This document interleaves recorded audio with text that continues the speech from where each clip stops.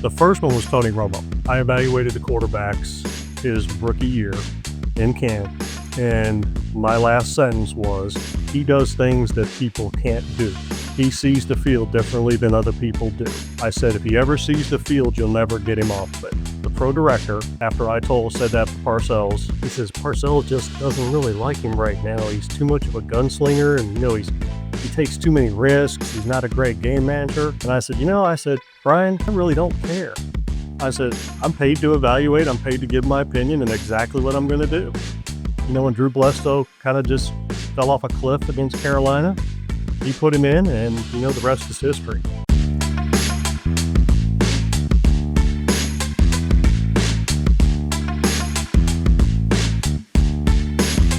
Welcome in. It is the Tuesday, November 25 edition of the NFL Spotlight Show. We are presented by FanDuel Sportsbook, and Week 12 of the NFL season has officially wrapped up. We are on to Week 13. We're on to Thanksgiving, and it's an awesome slate this year. Black Friday, great game as well with the Bears and Eagles. But here we are, Week 13 of the NFL season, and it is a Tuesday here on the show, which means we're going to have a special Spotlight guest of the week. And today, we will be joined by the new executive director of the Senior Bowl, Drew Fabianich. He was just got the role earlier this year. Jim Nagy had the role for many, many years. Jim Nagy went on to become the new GM at Oklahoma. So Drew now takes over. And me personally, I've been going to the Senior Bowl the last 5-6 years. One of my favorite events of the year, the NFL Draft. It starts in Mobile. All the top prospects are usually there. All the executives are there. Coaches are there. Agents are there. It's a great place to network. It's a great place to see the upcoming draft class going up against each other. Last week, we had Zach Martin on the show. He talked about his Senior Bowl experience going up against Aaron Donald. That's two future Hall of Famers getting their career started head-to-head at the Senior Bowl. And interestingly enough, Drew was a scout for the Cowboys for 18 years, national scout there, drafted all those great Pro Bowlers, were a big part of all those decision-making. And we spoke about his career path, his journey, how he got into all of this, being a coach's son, working in Dallas, getting this role with the Senior Bowl. Really, really great conversation. And also, we spoke about some of the prospects in this upcoming draft and what to expect from the Senior Bowl, which is coming up over here in the next couple of months. So here it is, my full discussion with the new executive director of the Senior Bowl. Joining us today here on NFL Spotlight, he is the new executive director of the Panini Senior Bowl. If you're a football fan, you know the draft starts in Mobile, Alabama. It is Drew Fabianich. Drew, thanks so much for doing this. I told you before we started, this has been an annual tradition for me with Jim Nagy. Now you're here previewing the Senior Bowl, talking about the game. So thanks so much for doing this. No, I'm thrilled to death to be here, and thank you for having me. And, it's always good to talk ball.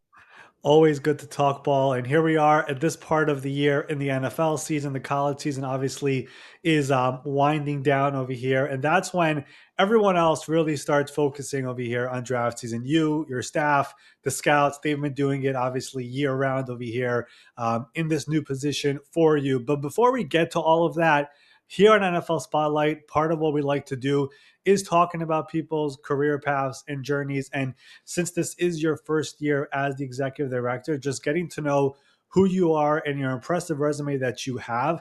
I guess let me just start with this vague question, I guess, but you're a Colorado native. When did your first feel of pulling toward being a teacher of football, the evaluation side of football, where did that all come from growing up for you?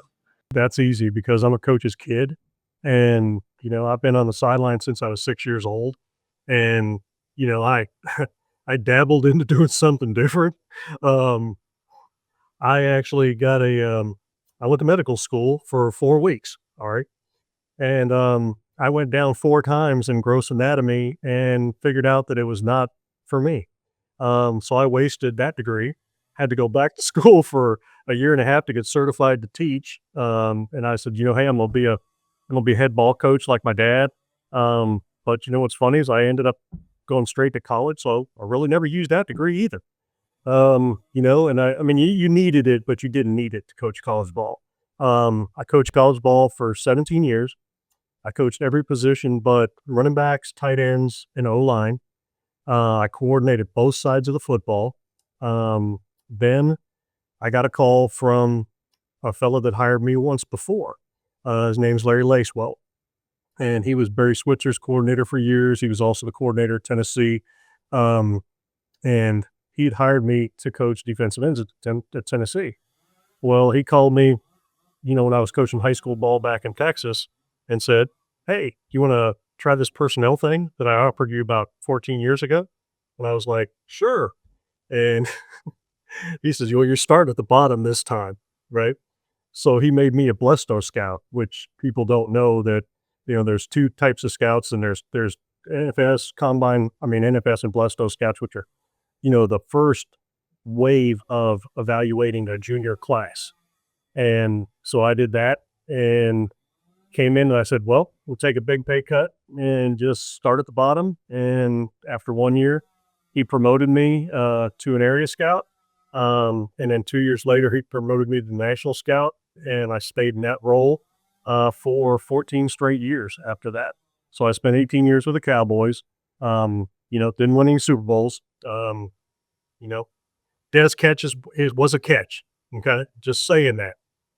You make a football move in the air and change hands, it's a football move.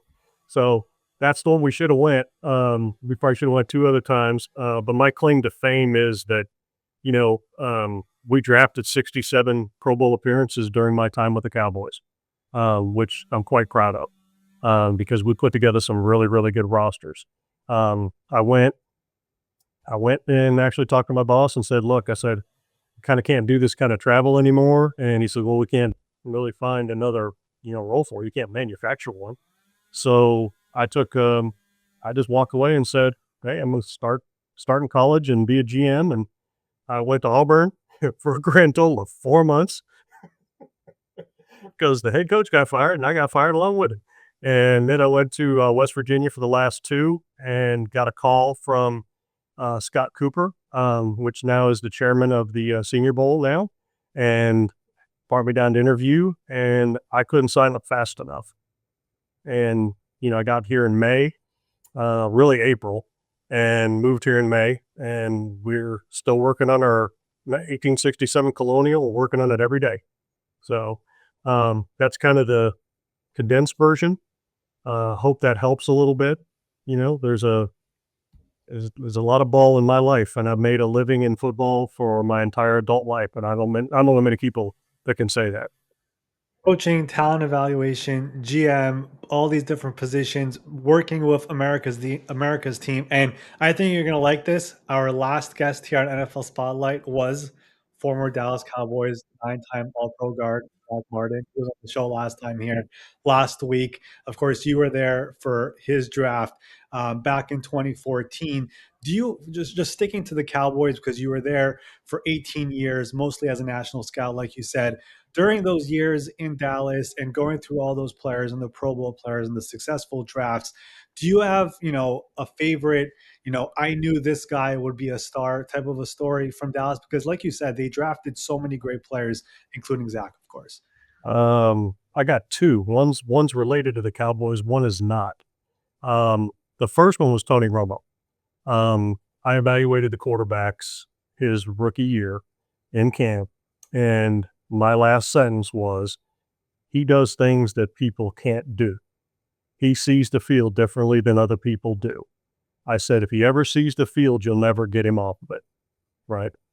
And the pro director, after said that to Parcells, in the meetings, he said, he says, "Parcells just doesn't really like him right now. He's too much of a gunslinger, and, he takes too many risks. He's not a great game manager."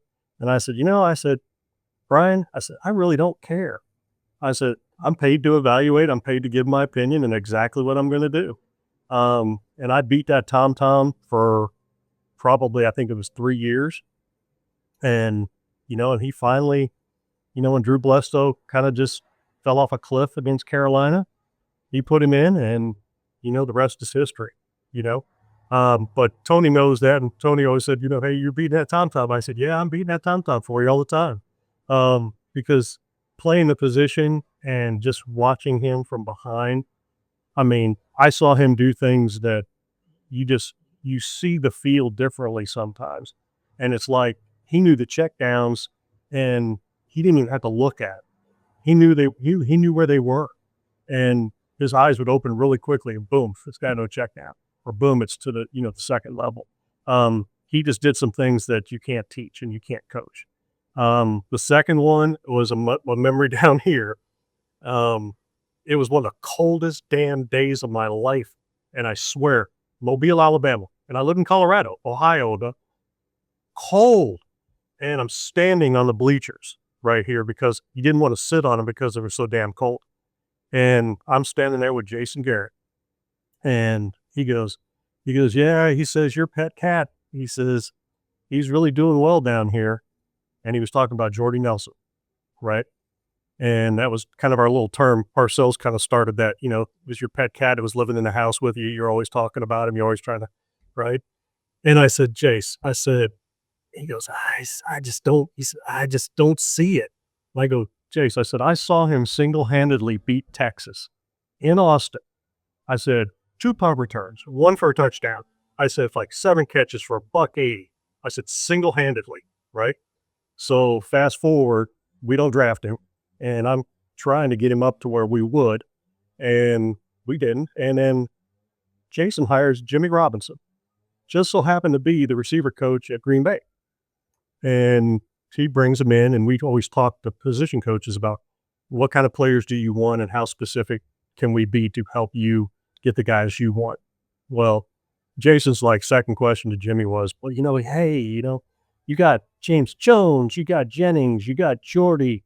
He says, you got Donald Driver. He says, who is the best one? Right. And without skipping a beat, Jimmy goes, Jordy, not even a question. And I went just like this to Jason. Yeah. Yeah. See?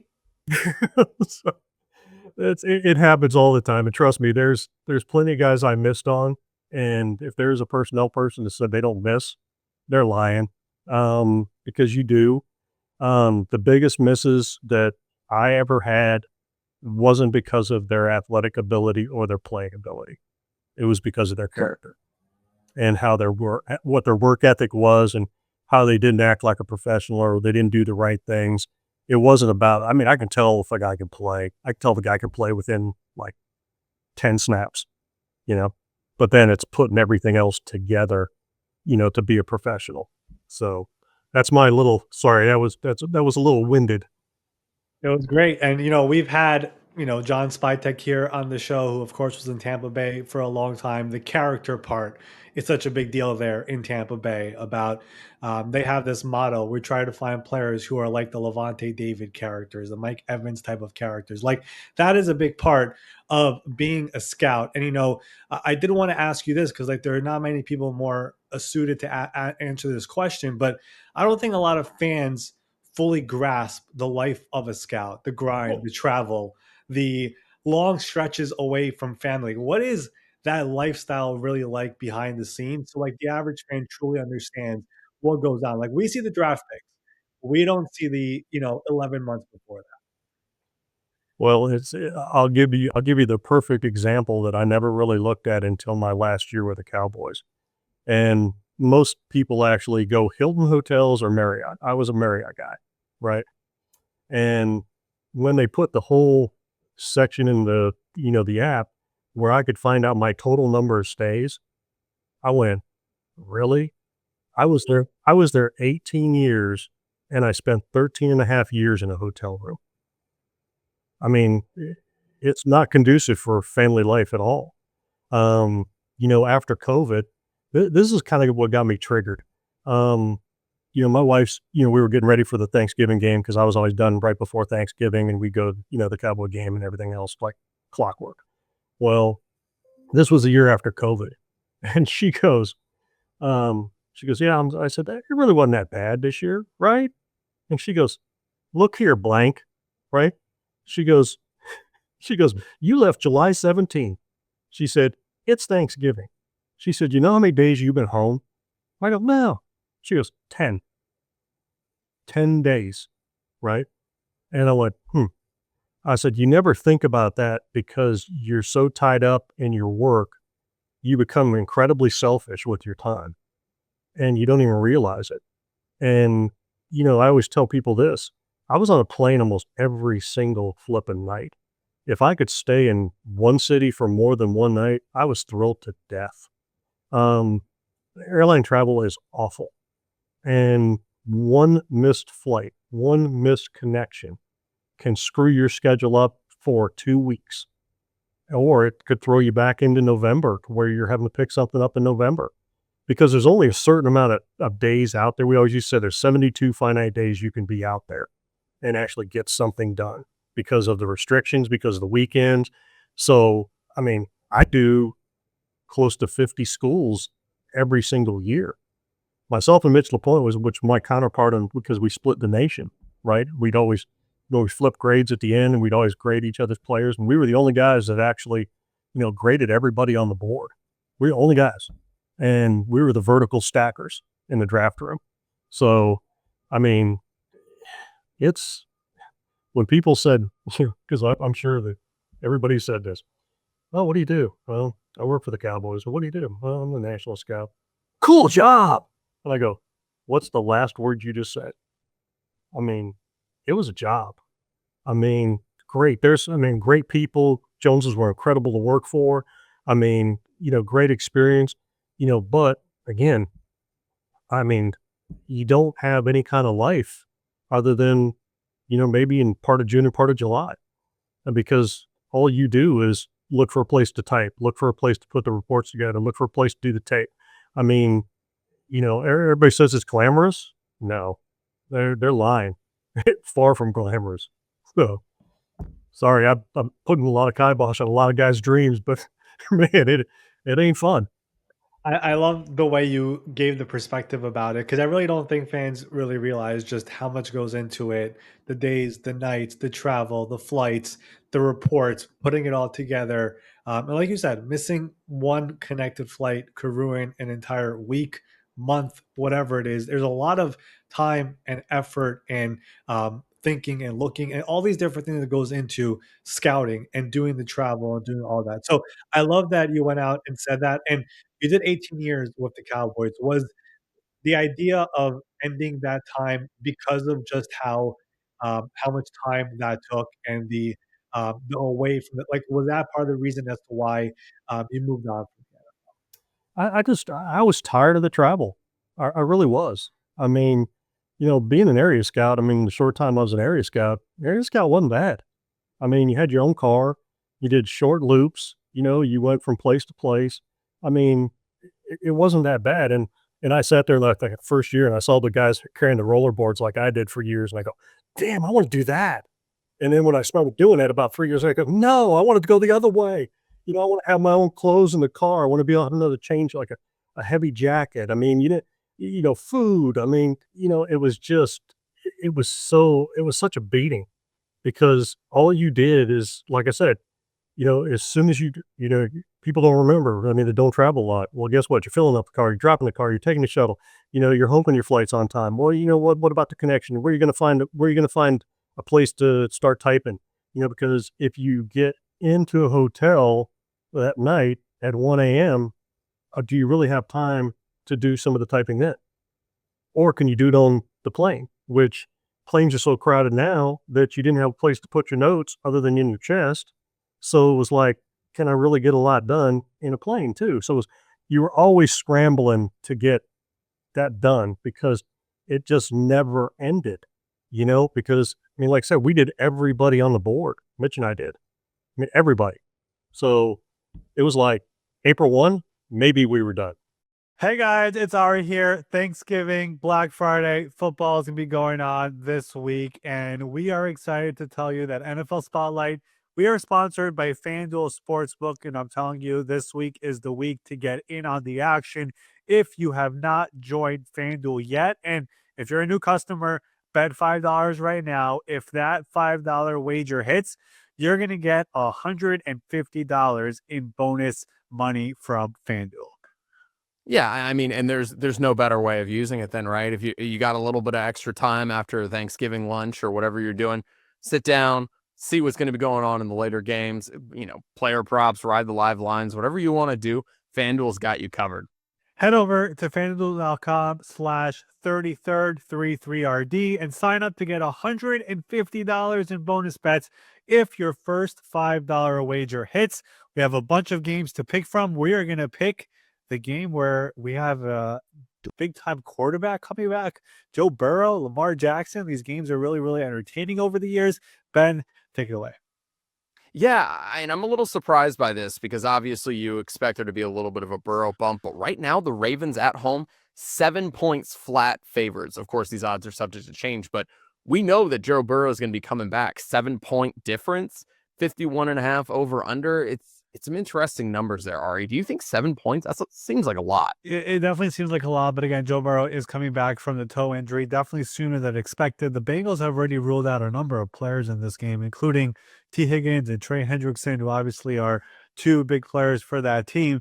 And like we said, Joe is coming back from the injury. What is he going to look like? I think it's important to mention Lamar Jackson, ever since coming back from his injury, has not exactly looked like Lamar Jackson aside from the one game versus the Miami Dolphins on a Thursday night. But these two teams, when they face each other, the Ravens have the edge in winning these games. But when you look at the history last year, 35-34 final score, 41-38 final score. Previously, they've had 27-24. Like, these teams are always in these back and forth, really, really close matchups. So that element of it, for it to be a 7-point spread, is a little bit surprising. But Ben, I'm going to pick the Ravens to win and cover here. I mean, the Bengals defense is just too bad. It's just not good. It's really, really bad. And I think the Ravens offense is going to wake up on a short week and take care of business here. I did lose last week, full transparency. Davis Mills defeating the Buffalo Bills. The most unexpected thing happened.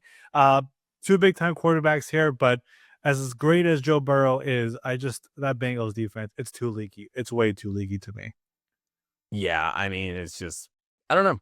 I mean, they're going to be highly motivated to go out there. You've only got 3 wins right now. You think maybe you pick up that 4th, suddenly you're in a little bit more of a battle there, in theory, for the AFC North. We'll have to see exactly how that shakes out, but that's why it's your decision to make. Go over to fanduel.com/33rd. Your first $5 wager hits, you get $150 in bonus bets with America's #1 sportsbook, FanDuel. You mentioned your 2 other jobs after that, going to Auburn, going to West Virginia. I do want to talk a little bit about the Senior Bowl and becoming the director of the game here. How did that opportunity come about? And I guess for you personally, what made this the perfect next chapter for you? You know, I think because every skill set that I developed throughout kind of lends itself to this job because a lot of people don't know what this entails. It's a very civic driven, you know, position also. There's a lot of things I have to do within the community. I have to manage agents just like I did when I was, a GM and as a scout, because I dealt with certain agents during free agency period, and I dealt with a lot of them, you know, in the GM 3 year. I mean, in the 3 years I was a GM. Um, you know, I got to sell this game. I mean, so that's recruiting. I did that, and coaching. So I mean, there's so many pieces that fit this. Plus, I'm the whole, and I actually get to see my wife, and I'm close to the water. We got another place down the road from here in St. Augustine. So for me to get back down south and for me to get next to the water and to spend time with my wife, because I mean, I only got to spend about a month and a half with her a year, so it's kind of nice. And college football is, I don't even want to use the words, but it's a mess. And it's going to be a mess for quite a while. And I took 2 days off in 2 years just because it never ends. The recruiting piece never ends. And even when I took those 2 days, I was still taking calls the whole time. And I was still, making decisions on the roster. And that's the other thing. I mean, the vertical, when I told you about how we set the vertical board because we saw everybody. That's what I'm doing here by position. I'm doing the same thing. So there's a cross section of everything that I've ever done that lends itself to this, except I'm not very media savvy. I'm just not. This was my first actual soiree into X. which please follow us on Senior Bowl. Please follow me. There's some great content in there. You know, I'm not used to doing it. Hopefully it's good enough that people get interested in it because there's a lot of great things going on down here with it, which a lot of people need to actually find out. We also just redid our website, so there's a lot of really, really cool things. And Mobile, if people haven't been, it's it's really a cool spot. It's a lot like New Orleans, um, without some of the without some of the alcohol scent and some of the other scents that go on down there, you know. So if those have been New Orleans, you know exactly what I'm talking about. I know exactly what you are talking about. I do want to ask you, you mentioned like the whole vertical fixing all the players, sending out the invites, the agents and all of it. But for you and your scouts who are involved in all of this, who do this year round, what is like the key to identifying the right Senior Bowl invites for you guys? I mean, what goes into that to find out which guys you want to be in Mobile? I believe it's 140 prospects you guys bring down there. So how do you figure out which 140 to bring in? Well, though that 140 is actually we break that down by position, and that we actually stack them by ability, and it's no different than, like I said, what we did with the Cowboys. If there's 12 quarterbacks, we're going to stack the best, out of those 10, 1 through 10, and let's just say 1 and 2 don't come out early. Well, then 2 and 3 become 1 and 2. It's no different than that. Before I got here, there was already 260 names on the board. So the scouting assistants and Jack Gilmore, being my director of ops, and scouting assistants, Jackson Roby and Michael Newsom have already graded these guys. Well, then when I came in, Jack and I grabbed more and more players, and we kept watching team by team by team. We established a list, and we sent that list out in August to our scouts that are out actually work remotely. Now they'll go to games that they deem important for players we give them, but they're going to most of their job is their grading tape, just like we do. Okay. Well, then we have an October meeting with them at the end, and once they establish where they have these players, then that spits it back towards us. We always call it, and you guys, you know the term. We're cross-checking their grade. What they're doing is they were cross-checking us. Now we're going to cross-check them. And then once we cross-check them, then I'm going to sit there every single day with Jack, and I would just sit there and go, okay, let's work our way down through the corners. Okay. This guy belongs here at the 6th spot. This guy belongs here at the 9th spot. This guy belongs up here at the 4th spot. And that's how we decide. And there's only a certain amount of, players that we take for every position, Ari. And now there are some of those guys, if you're just barely below that will probably end up in the game because we have to kind of account for some of those juniors that possibly could come out. So it's not fudging numbers, but I don't want to over invite to where I ever have to tell a player that, hey, I'm sorry, I screwed up. You can't come. I don't want that to ever happen. I always said this, even as a GM, in college, I never wanted to overpromise and underdeliver, ever, because that's bad business. So that's a long answer for how we get there, but that's how we get there. And, and we have to check graduation. We have to check when they graduate. The juniors can't declare until January 6th. Are we going to hold spots for them in certain areas? Yes, we are. If they're not at that area, if they're not at that certain area on our board, we're probably not going to hold a spot for them. And I'd like this to become to where, and again, some won't show up, some will maybe leave with an injury or whatever, but I'd like for everybody to think that everybody that comes to this game is going to be draftable. That's what I'd like to get to. And I'd like for everyone to be drafted. 99% of the players that played in this game last year was in a camp. So that tells you that, Jim had done a really good job, and Phil did a good job before he did. So, this is, I'm kind of the caretaker now, and I'm just trying to make things better for everybody. As everyone could tell, there are a lot of moving parts here, and every single year we see top 100, top 120 draft picks who are at the Senior Bowl. It's a yearly thing with the game. I did want to ask you, just from all the early scouting that you guys have done and all the players you are planning to invite, assuming all goes well, which position group looks like it could be the deepest in this upcoming Senior Bowl class? Defensive end edge rushers. It's not even close. Wow. I mean, this is probably one of the better groups I've seen in a while. And the problem is I'm going to be leaving guys on the street that I would really like to have in the game just because we can't take them all. I mean, and put it this way, they'll be at other all-star games because it's that deep. And again, there's some game changers in this group. And, I always like people know this if you study the draft, left tackle, defensive end, corner, quarterback. Right? Well, because defensive ends are drive stoppers, corners, drive stoppers. Tackle, guess what? They keep you in a drive. Quarterback, number one position of all time. So that's big. And I think the defensive ends this year will prove out to be, there may be 4 or 5 of them that end up being Pro Bowlers. Well, there are a lot of teams out here who are starting to focus on the draft. At least their fans definitely are. That's, I know, the Giants, the Jets, the Titans, the Saints. Who are some of the names out there that you and your scouts are buzzing about, whether it is pass rushers or other positions that you kind of have circled and you're hoping to have them down there in Mobile? Well, I mean, I don't want to just steal my own thunder of it going out tomorrow. But there's certain edge guys that I've talked about, throughout the year. David Bailey is wrecking, offenses down at Texas Tech. But people don't understand that the one opposite of him, Romello Height, has probably more pressures than anybody else in the entire country.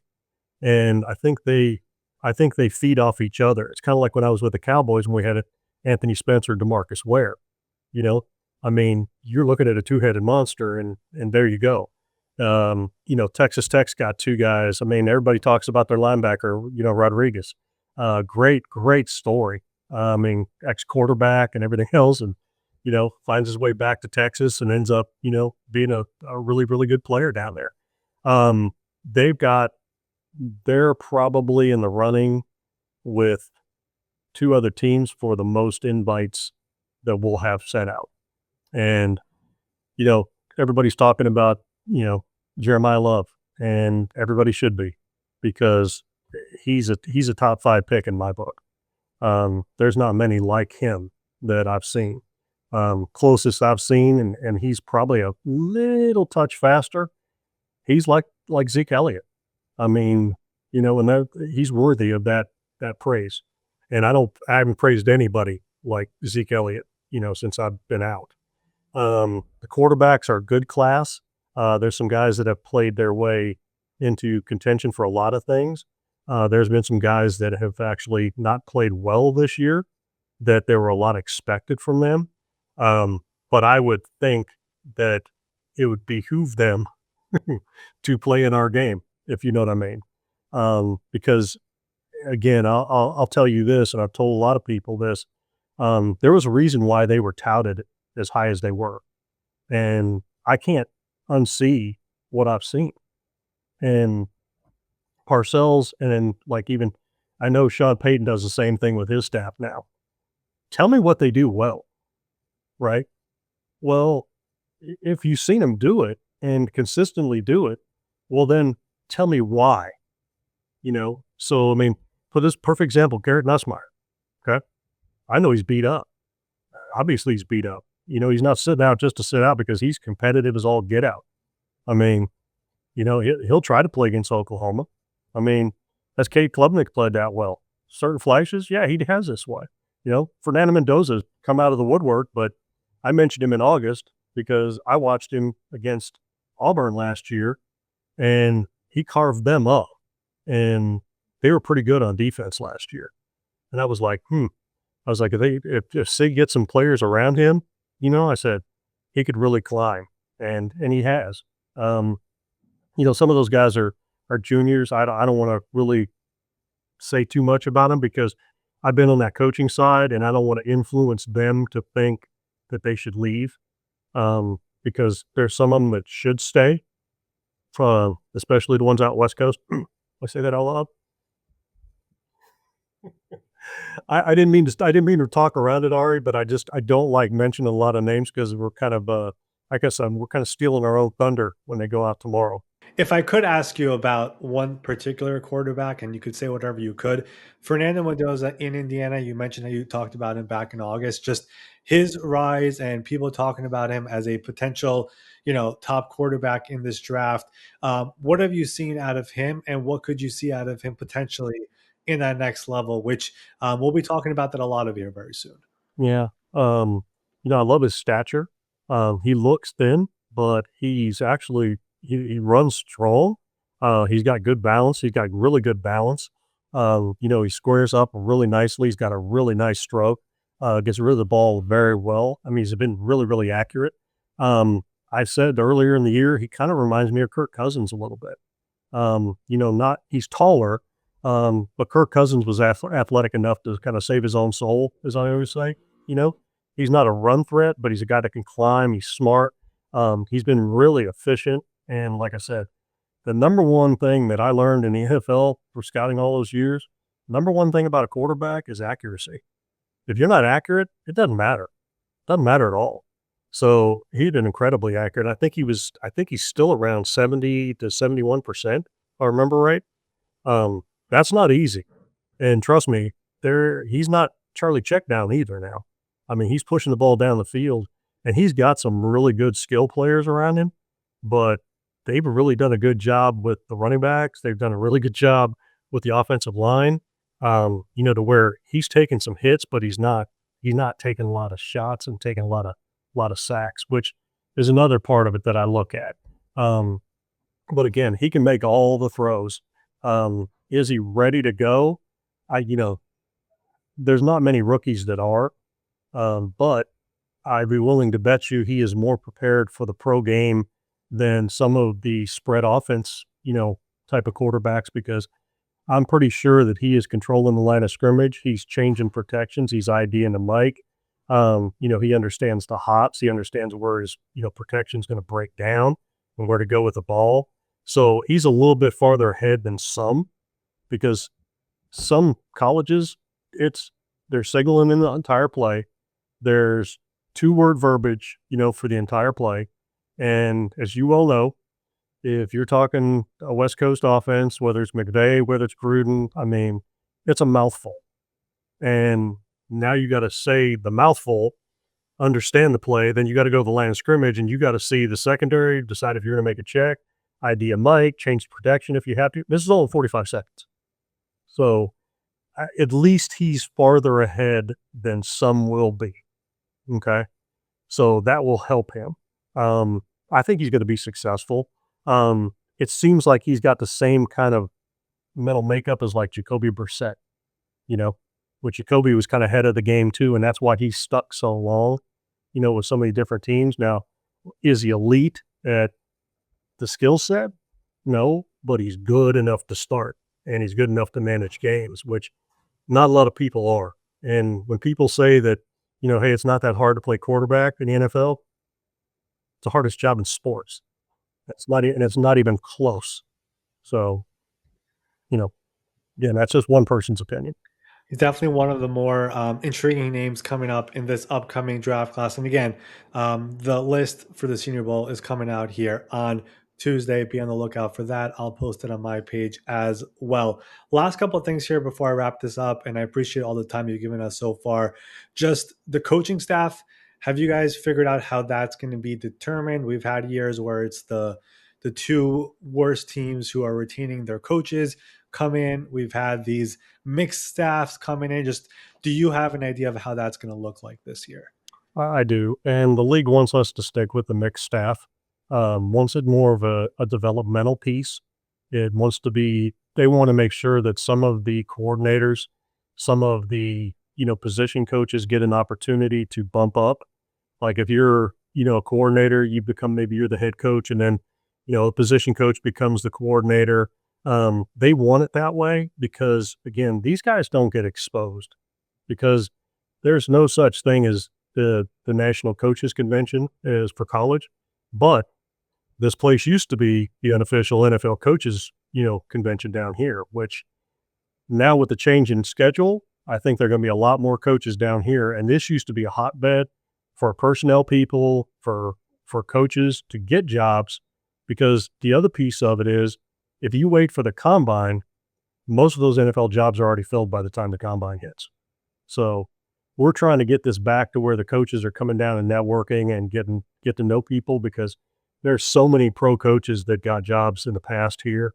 And I hope they're going to be interested in it, which I'm going to put it out there and we're going to publicize it, because I think it's important for their careers, because they don't get the exposure that college coaches do. They don't. And they don't see each other because they don't recruit. Because I used to be buddies with tons and tons of coaches from other schools because we recruited the same area for years and we got to know each other. Well, we also ended up working with each other, sometimes too. So Yep. Mike Kafka, who's currently the interim head coach for the Giants, was the head coach for one of the teams last year. I know Patrick Graham, who's the current defensive coordinator in Las Vegas, has been a head coach for the game.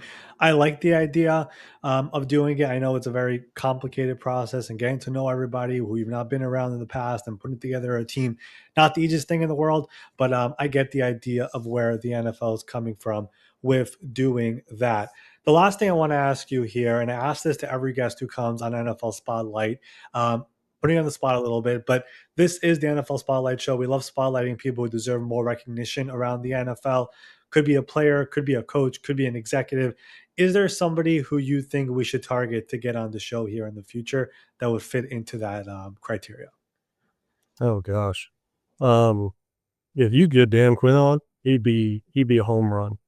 Um, I've never seen somebody make a whole building feel part of it, ever. I mean, there's not many people built like Dan Quinn. If you can get him on, you need to get him on. Um, you know, I mean, Shotty needs some exposure that you probably not could get him. Gosh, personnel people, Mitch LaPointe. I mean, you know, you don't hear a lot about, people with the Cowboys because of the Joneses, and that's just how it is.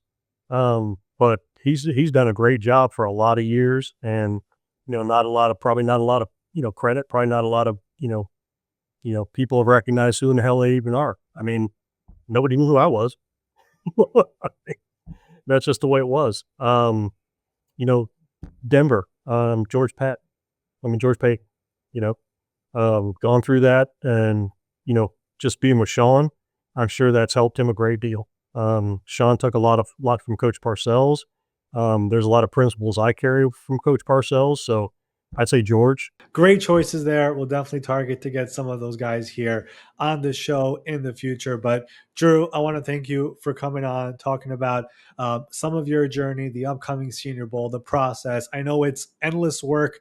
Most people just see, once they get to Mobile, see the players, think, oh, this is amazing. But you guys do so much work year round. And of course, being on the job in year one, I'm sure it's 100 times more because of the million things flying towards you every single day. So kudos to you for the work you've done, the work you'll continue to do. And we're looking forward to the Senior Bowl in Mobile, Alabama in January.